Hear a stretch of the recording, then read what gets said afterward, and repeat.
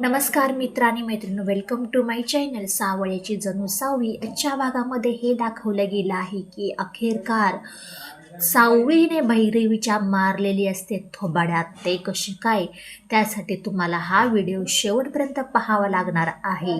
अखेरकार चांगलाच इंगा भैरवीला दाखवलेला असणार आहे. आमच्या आपल्या मांडलेल्या बापाला सुद्धा तिने सुटका दिलेली असते. इथे सावळीने तर माहीतच असतं, ताराला घरी बोलवलेलं असतं. अमृता आणि सावळीचा प्लॅन असतो हा. अलका आलेले असते भैरवीला. ते तिळगुळ घ्या, गोड गोड बोला, हे तिळगुळ देण्यासाठी. माई, तुम्ही कोणाशी गोड बोला, अगर बोलू नका, पण माझ्याशी मात्र गोड बोला आणि माझा खिस्साही तुम्ही गरम करा.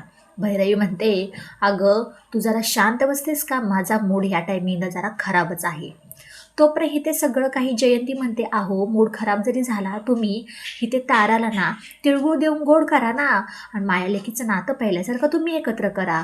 तोपर्यंत इथे तारा तिच्या वडिलांच्या घरी बसलेली असते. तिचे वडील येतात, बाळा तिळगुळ घे, गोड बोल. अहो बाबा, काय गोड बोलू मी? माझ्या आयुष्यामध्ये असं काय गोड झालं आहे? मी गोड बोलणार आहे, चांगली आनंदात राहणार आहे. आजचा संक्रांतीचा दिवस, मी माझ्या नवऱ्याच्या घरी सासरी असायला हवी होती ना, पण मी तुमच्या वडिलांच्या घरी पडली आहे इथे. तोपर्यंत सोहम येतो.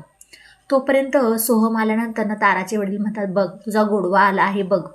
सोहम म्हणतो, अगं तारा काय झालं, काय तुला एवढी अपसेट का वाटते? सोहमला पटकन तारा बघून मिठी मारते आणि रडायला लागते. सोहम म्हणतो, अगं का रडतेस वेडी एवढी? मी आलोय ना आता, कशाला एवढी काळजी करतेस? तू काळजी करण्यासारखं काहीही नाही आहे, शांत हो. आणि लवकरात लवकर मॉमचा जेव्हा राग शांत होईल ना, तेव्हा तू घरी नक्कीच येशील, मेंढऱ्यांच्या घरी. अगं तुला माहीत आहे ना, मॉमचा राग तेवढ्यापुरता असतो म्हणून. तोपर्यंत हिते सगळं काही झाल्यानंतर ना, हिते आपली म्हणजे म्हणतात अमृता सावळीपाशी आलेली असते. काय गं सावळी, एवढा हसायला काय झालं तुला? सावळीबरोबर तर आधीच विनोद झालेला असतो, तो म्हणजे सारंगने केलेला असतो. आणि अगं काही नाही वहिनी, बोला ना, काय म्हणताय तू? काही काम होतं का, असं अमृताला बोलते. काय नाही गं, आज संक्रांत आहे. ताराला पण घरी बोलून तिची ओटी भरूया आणि चांगली संक्रांत साजरी करूया तिच्याबरोबर, कारण आई आणि बाबा बाहेर गेले आहेत. पटकन सांग, काहीतरी निर्णय करायला बरं आपण. ह्या दोघी हो जणी म्हणतात आणि प्लॅन एकदम फिक्स करतात. ताराला फोन करता, अगं तारा, तू सोहमबरोबर घरी ये आणि तुझ्या वडिलांना सुद्धा घेऊन ये. आपण तुझा इथे छान प्रकारे संक्रांतीचा कार्यक्रम करूया. अशा प्रकारे तारा एकदम आनंदित होते, घरी येते. घरी आल्यानंतर नाही ते छान प्रकारे तिची ओटी वगैरे भरली जाते. ओटी भरल्यानंतर सोहमला म्हणते की, चलणारे सोहम, आपण आपल्या बेडरूममध्ये दोघेजणी कधीही गेलो नाही, किती दिवस झाले, असं म्हणून ते दोघेजणी जातात. तोपर्यंत ते चंद्रकांत आणि तिलोत्मा येते. म्हणते, काय चाललंय काय तुमचे? तारांच्या वडिलांना बघितल्यानंतर तिलोत्माचे थोडं डोकंच हलतं. आणि तुम्ही इथे कसे काय एकटे आल्यात का? आणखीन कोण आला आहे? त्याला काही बोलायचं कळत नाही. नाही एकटा नाही आला आहे. आणि तिळगुळ तो चंद्रकांतला देतो. तिळगुळ घ्या, गोडगोड बोला. तोपर्यंत इथे ताराची पर्स दिसते. पटकन तिळगुळाची प्लेट हातामध्ये तिलोत्माला घेते आणि तारा तारा, सोहम सोहम अशी जोरजोर ओरडायला लागते. तिला काय करून काय नको असं झालेलं असतं. तारा, तुला सांगितलं होतं ना, ह्या घरामध्ये पाऊल ठेवायचं नाही म्हणून. खोटं बोलणाऱ्यांना ह्या घरामध्ये अजिबात जागा नाही आहे. माझ्या मनात सुद्धा नाही, ह्या घरात सुद्धा नाही आहे. असं काय म्हटल्यानंतर ना, पुन्हा एकदा इथे ताराला तिच्या घरातून परत एकदा हाकलून देते.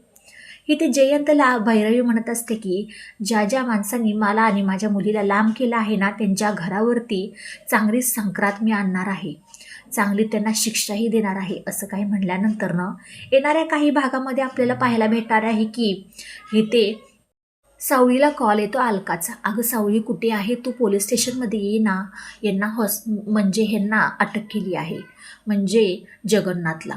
सावळी एकदम घाबरते, म्हणते काय झालं जगन्नाथजींना आणि एवढं अचानक? असं कोणी केलं आहे? हे सगळं भैरवीने केलेलं असतं. आत्ता कुठं युद्ध ह्या भैरवी आणि सावळीच्या मध्ये लढलेलं असतं.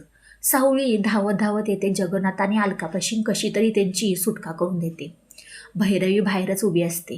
म्हणते, काय ग सावळी, प्रत्येक वेळेस तू ह्या दोघांना वाचवू शकणार नाहीस ना? सावळी म्हणते, हो, मी माझे वडील आणि आई आहेत म्हटल्यानंतर मी त्यांना ढाल म्हणून अशी उभी राहणारच ना. आणि आत्तापर्यंत सगळी आपली लढाई ही मागच्या मागं होती, पण नाही, आजकाल आपली समोरासमोर होणार आहे.